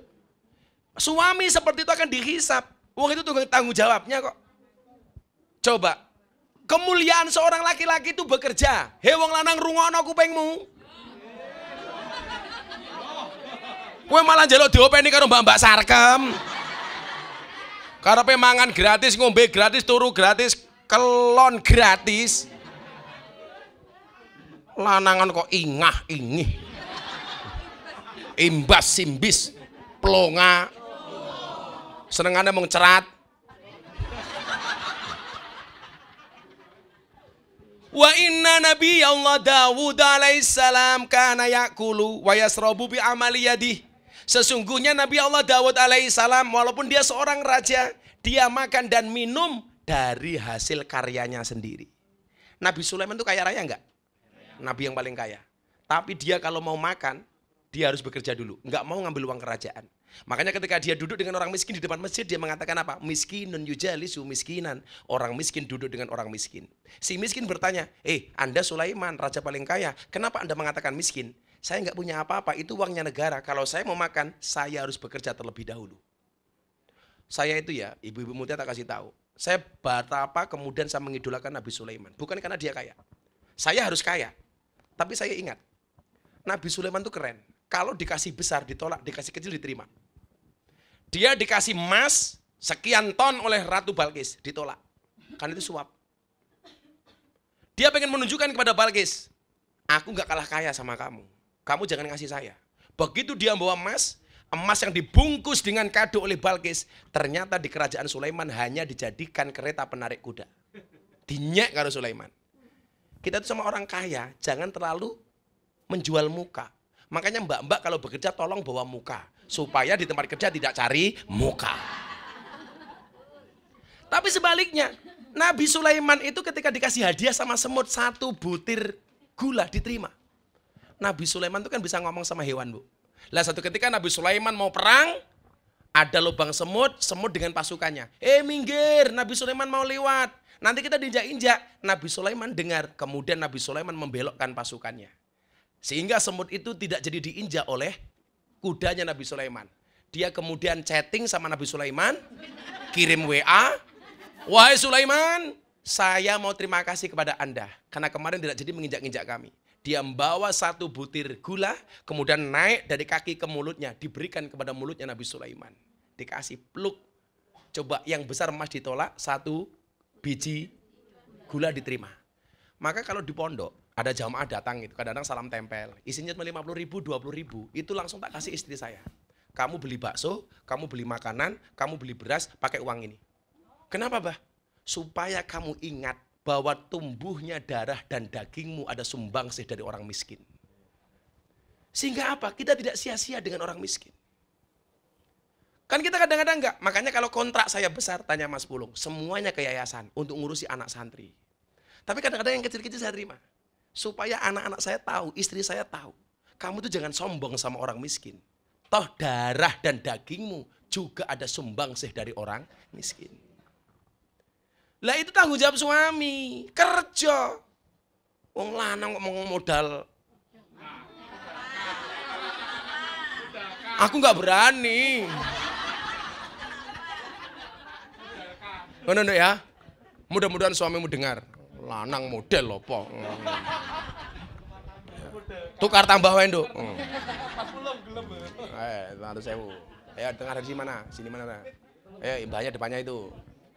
Tuh, jadi. Assalamualaikum Gus. Waalaikumsalam, Bu.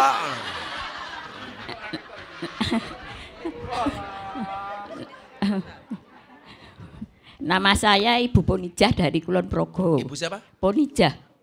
Ponijah. Ya. Lahirnya Pon. Ya. Saya mau tanya Gus. Sampean juga kerja di sini? Enggak. Loh, Saya ngapain ke sini? ya pengen ngaji. Waduh, modar ya aku. Sangel. Berangkat jam 5 tadi berdua. Loh, dari Kulon Progo jam 5. Kok tahu ada ngaji di sini dari siapa? Punya pisan di sini. Oh, punya besan di sini. Kamu punya mata-mata. Nah, apa Bu Ponijah? Itu ada temen punya utang sama saya udah hampir 5 tahun di Hongkong. Di Hongkong. Aku besok ke Hongkong tanggal 16. Saya besok siang, tanggal 16 itu pagi saya terbang ke Jakarta jam 12. Jam setengah 12 saya makan siang sama Pak Jokowi. Sorenya saya terbang ke Hongkong, ngaji di Hongkong. Kon nagihke ngono karepmu? Enggak. Oh, iki lho ana DC-ne iki lho. Ning ternyata tiket pesawate luwih akeh daripada utange lah modar. Terus Enggak ada kabar toh Gus. Nggak ada kabar, Nggak ada nomor kabar. diblokir. Terus saya tuh carikan orang pinter kemana-mana itu. Cari orang pinter. Kamu ketemu orang pinter nyangoni apa enggak? Ya. Nyangoni sama orang pinter juga? Ya kadang punya uang yang nyangon, kadang enggak. Itu saya dosa enggak gitu. Oke. Kamu tahu kenapa dia disebut orang pinter? Ya ada temen. Karena yang datang orang goblok. Berarti kalau Bu Ponijah datang kepada orang pinter, berarti Bu Ponijah mengakui bahwa Ponijah orang. Kenapa dukun dipanggil paranormal? Karena yang datang orang abnormal. Kalau memang dukun itu bisa, Bu Ponijah, harusnya dukun itu istrinya paling cantik. Karena dukun biasanya jual pelet dan pengasian. Tapi buktinya banyak dukun istrinya cangkemnya merongos. Nah, itu Bu jangan. Nah, ini bagi Anda yang berutang. Kalau orang utang itu niat bayar pasti bisa bayar. Karena ada hadisnya. Man akhoda amwalan nasi yuridu ada'aha addahallahu anhu. Wa man akhodaha yuridu islafaha aslafahullahu azza wa jalla. Barang siapa yang mengambil harta orang lain atau berhutang seraya bermaksud untuk membayarnya, maka Allah akan memudahkan untuk melunasinya bagi orang tersebut. Dan siapa saja yang mengambilnya seraya bermaksud merusaknya, tidak melunasinya, maka Allah akan merusak orang tersebut. Rusak orang yang punya hutang gak mau bayar. Saya itu paling menjauhi utang piutang. Kalau ada orang datang ke pondok, Gus utang, saya mendingan bantu sebisanya. Karena kalau do utang, jamaah jadi musuh. Yang tadinya dekat jadi jauh. Orang utang itu kalau mau ngutang wajahnya lebih manis dibandingkan madu. Tapi kalau ditagih lebih menakutkan dibandingkan mak lampir. Karena orang berhutang itu wajahnya melas, kalau disuruh bayar males. Uangnya ya teko. Ya melu guyu. Kudungnya ya coklat. Sing jilbabe ireng insyaallah.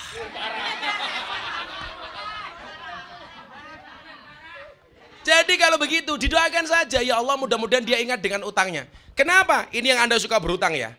Kita kasih hadis satu. Rungokno tenanan ini. Ini saya jarang banget baca hadis ini karena betul-betul menakutkan.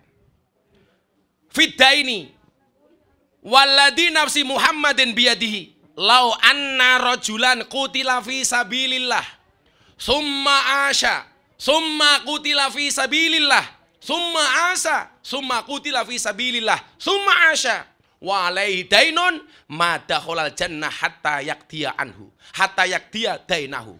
Dengerin. Dalam urusan hutang, demi zat yang menggenggam jiwa Muhammad, seandainya seseorang terbunuh di jalan Allah, kemudian hidup lagi.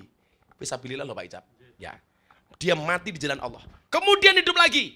Kemudian terbunuh lagi di jalan Allah. Kemudian hidup lagi. Kemudian terbunuh lagi, kemudian hidup lagi. Terbunuh di jalan Allah sampai 3 kali, mati sampai 3 kali lagi.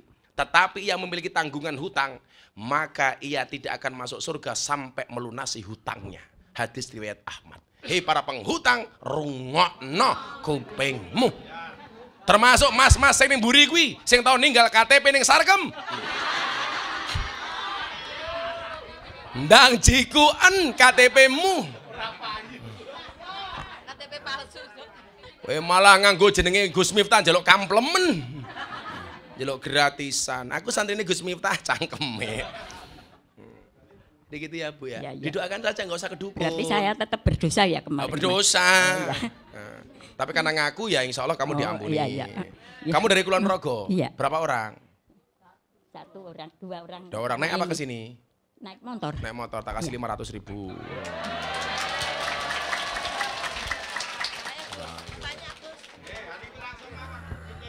Itu dulu gantian sebelah sana biar adil. Sana.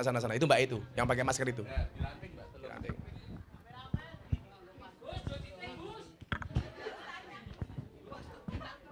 Ayo.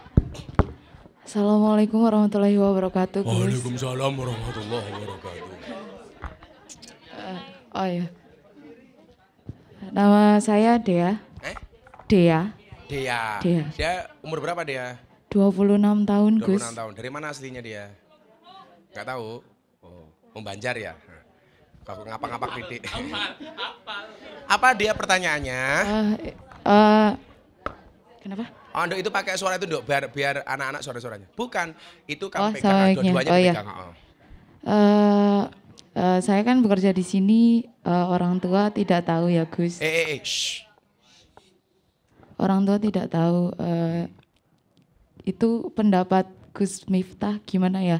Sedangkan orang tua selalu berpesan buat cari rezeki yang halal gitu. Tapi karena kebutuhan dan kayak tuntutan biaya kehidupan saya, karena saya single mom. Kamu janda? Ya. Pendapat Gus Miftah itu gimana? Karena orang tua selalu berpesan buat cari rezeki yang halal, tapi sedangkan saya berbohong terus saya kerja di sini gitu. Oke, makasih Dea. Jadi yang pertama, kenapa kamu harus bekerja? Jelas. Karena lagu Hati Senang Walaupun Tidak Punya Uang itu hoak. Hati senang walaupun tak punya uang. Dobos. Ora percaya aku. Kamu tahu kan kenapa semua pecahan mata uang gambarnya cewek menari? 100.000 cewek menari. 50.000 cewek menari. Lah percaya deloken. 20.000 cewek menari. 10.000 cewek menari. 5.000 cewek menari. 2.000 cewek menari. Satu-satunya pecahan mata uang yang tidak ada cewek menari 1.000 rupiah. Pati murah bawa golok. Kenapa semua pecahan mata uang ada gambar cewek menari? Karena karena hanya uang lah yang bisa membuat cewek bahagia dan happy. Iya. Cie. Moro ning sarekem nang nganggo duit jadi bacot ndase. Jadi begini, Dok. Salah satu kewajiban anak kepada orang tua apalagi perempuan itu harus izin ketika meninggalkan rumah. Kalau punya suami ya izinnya kepada suami. Kalau punya orang tua ya izinnya kepada orang tua. Kamu harus izin, walaupun nggak harus jujur-jujur banget. Bu, Pak, izinkan saya bekerja di Yogyakarta. Kerja apa, Nduk? Pokoknya kalau tak kerja.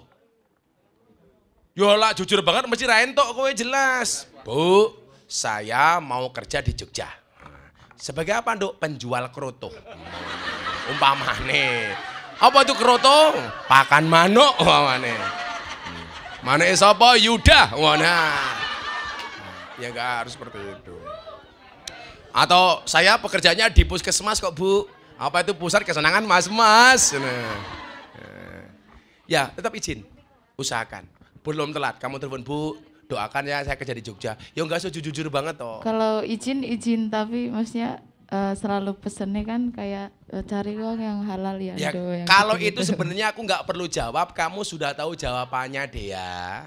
Ya kan? Saya nggak usah nambahi beban pikiran kamu. Aku tahu malam ini pasti wajahku akan mengusik-ngusik pikiranmu.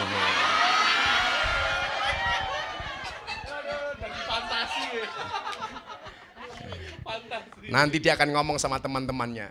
Gus Miftah kira-kira capek apa enggak ya? Kenapa? Dia selalu lari-lari di pikiranku. Iya. Dia udah tahu jawabannya lah. Ya, udah yuk, udah jam 8:30 kalian mau bekerja. Terima kasih Mbak Dea, nyata kasih 300.000 Nduk. Oke, Gus. Kowe kira rasa ngomong susah susu kaya kurang duwe susu.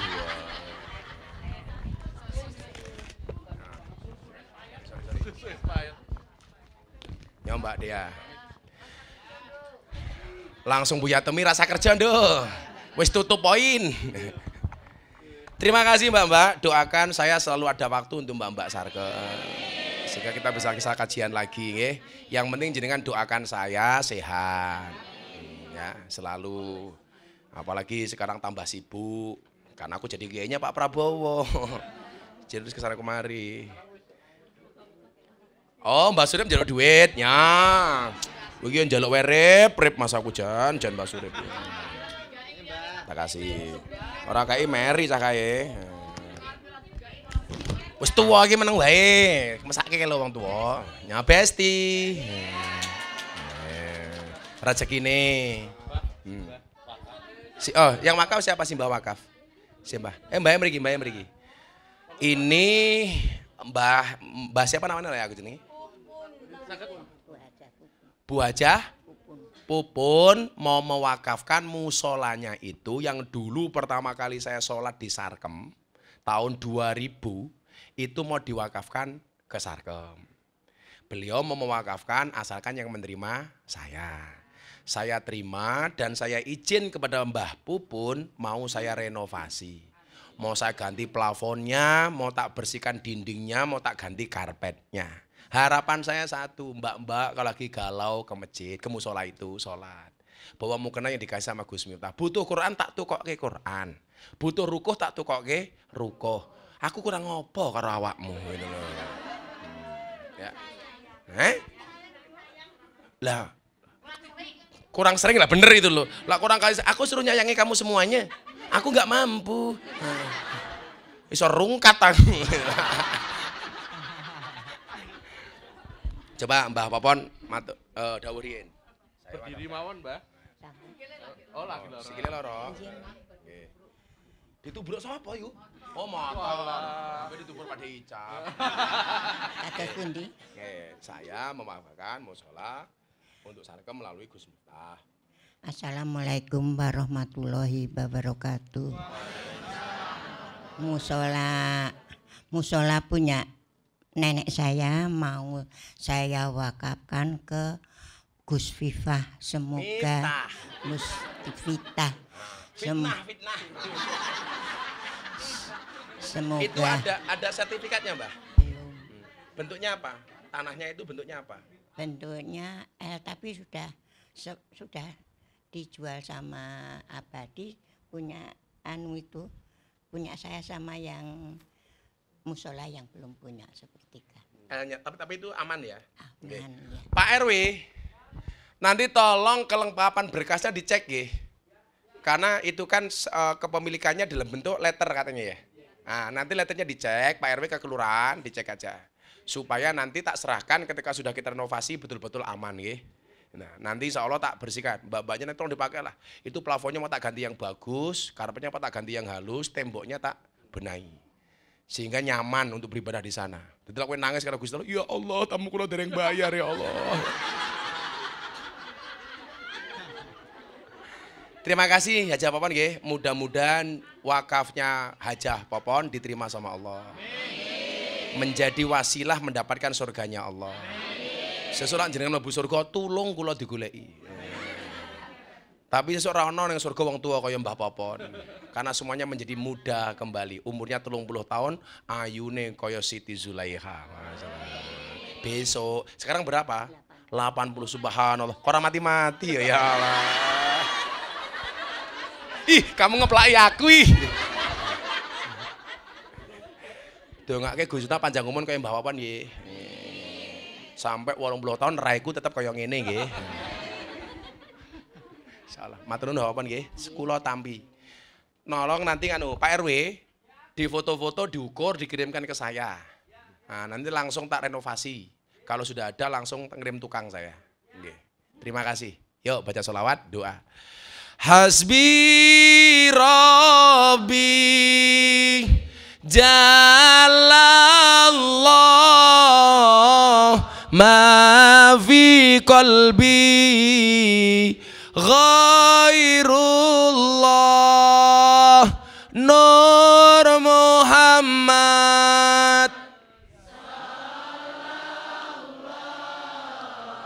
La ilaha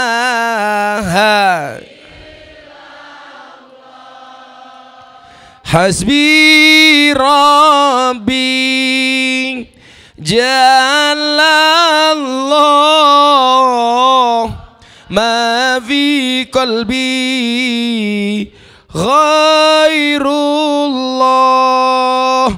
Nur Muhammad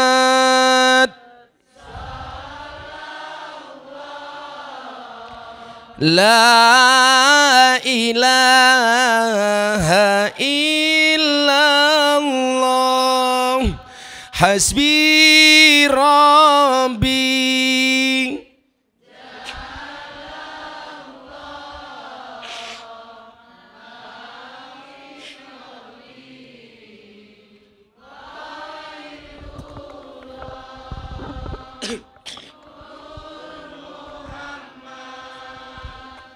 Sallallahu la ilaha illallah Hasbi Rabbi.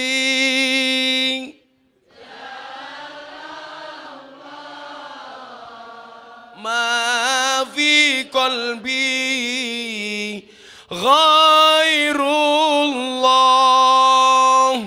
Nur Muhammad.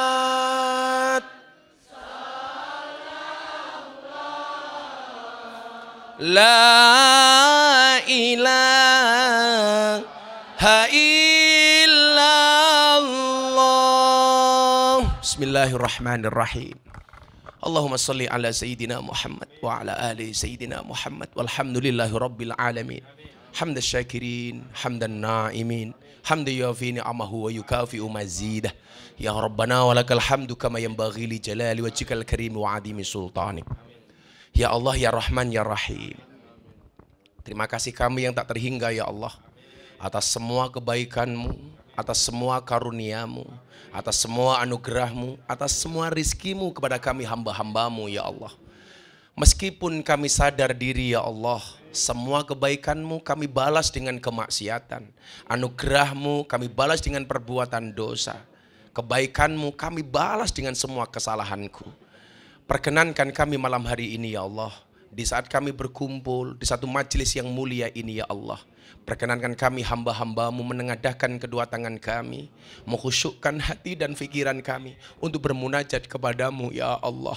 Ampuni dosa kami ya Allah, ampuni kesalahan kami ya Allah, ampuni kekhilafan kami ya Allah, ampuni kemaksiatan kami ya Allah. Begitu besar karunia-Mu, tapi kami hamba-hamba-Mu belum mampu membalasnya semua kebaikan itu ya Allah. Ya Allah ya Rabb, seburuk apapun kami di hadapan manusia, jadikan kami hamba-hamba-Mu yang senantiasa mengingat-Mu ya Allah. Senantiasa melaksanakan perintah-Mu walaupun kami belum bisa meninggalkan larangan-Mu ya Allah. Ampuni dosa kami baik yang besar maupun yang kecil, baik yang terang-terangan maupun yang tersembunyi. Ampuni pula ya Allah dosa kedua orang tua kami ya Allah. Sayangilah mereka ya Allah, kasihilah mereka ya Allah, bahagiakanlah mereka ya Allah. Ya Allah ya Rabb, kami tidak mampu membalas kebaikan kedua orang tua kami ya Allah. Tapi justru banyak perilaku kami yang justru menyengsarakan kedua orang tua kami ya Allah. Kebaikan mereka kami balas dengan kebohongan.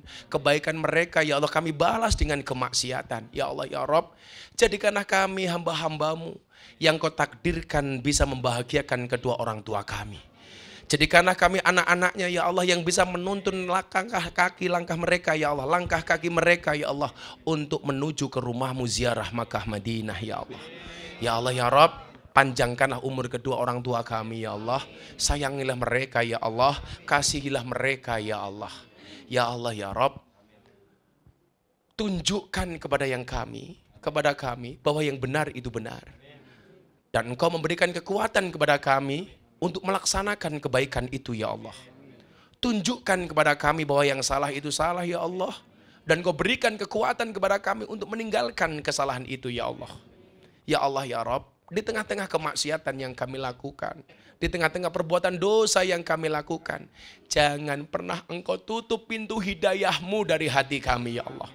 Jangan pernah Engkau tutup pintu tobat kami kepadamu ya Allah. Ya Allah ya Rabb, mungkin awal kami awal yang buruk ya Allah, tapi jadikanlah akhir kami akhir yang baik ya Allah. Birahmatika ya arhamar rahimin. Ya Allah ya Rabb, berikan kepada kami kehidupan yang layak, ekonomi yang mapan, pekerjaan yang lancar, ekonomi yang halal, keluarga yang sakinah, keturunan yang soleh-solehah, dan kehidupan yang istiqomah. Berikan pula kepada kami kebaikan kelak di akhirat. Jauhkanlah kami dari siksa kubur, jauhkanlah kami dari siksa neraka, jauhkanlah kami dari siksa di padang mahsyar, dan jadikan akhir hidup kami husnal khatimah. Bila saatnya tiba ya Allah, jadikan kalimat terakhir yang keluar dari mulut kami ya Allah, biqauli la ilaha illallah, la ilaha illallah. Bareng-bareng. La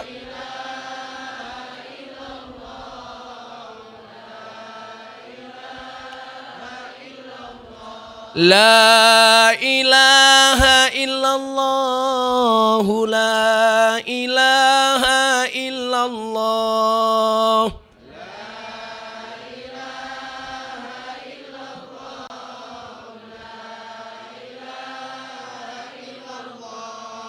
La ilaha illallah Sayyiduna Muhammadur Rasulullah.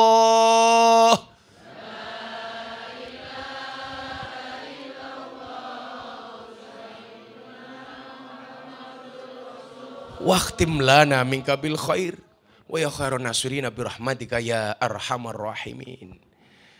Uripe slamet, matine slamet. Uripe slamet, matine slamet. Uripe slamet, matine slamet. Uripe slamet, matine slamet. Uripe slamet, matine slamet. Uripe slamet, matine slamet. Uripe slamet. Hayatus salam, mautus salam. Hayatus salam, mautus salam. Hayatus salam, mautus salam. Hayatus salam, mautus salam. Hayatus salam, mautus salam. Hayatus salam, mautus salam. Hayatus salam, mautus salam. Hayatus salam, mautus salam. Al-Fatihah.